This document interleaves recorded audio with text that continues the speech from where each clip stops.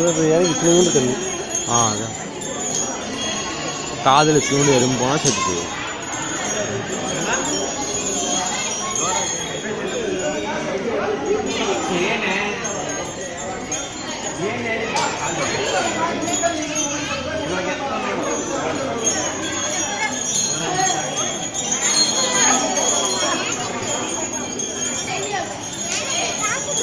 சின்ன இடத்துல குட்டி தானே அது அவரை தான் கேட்கணும்.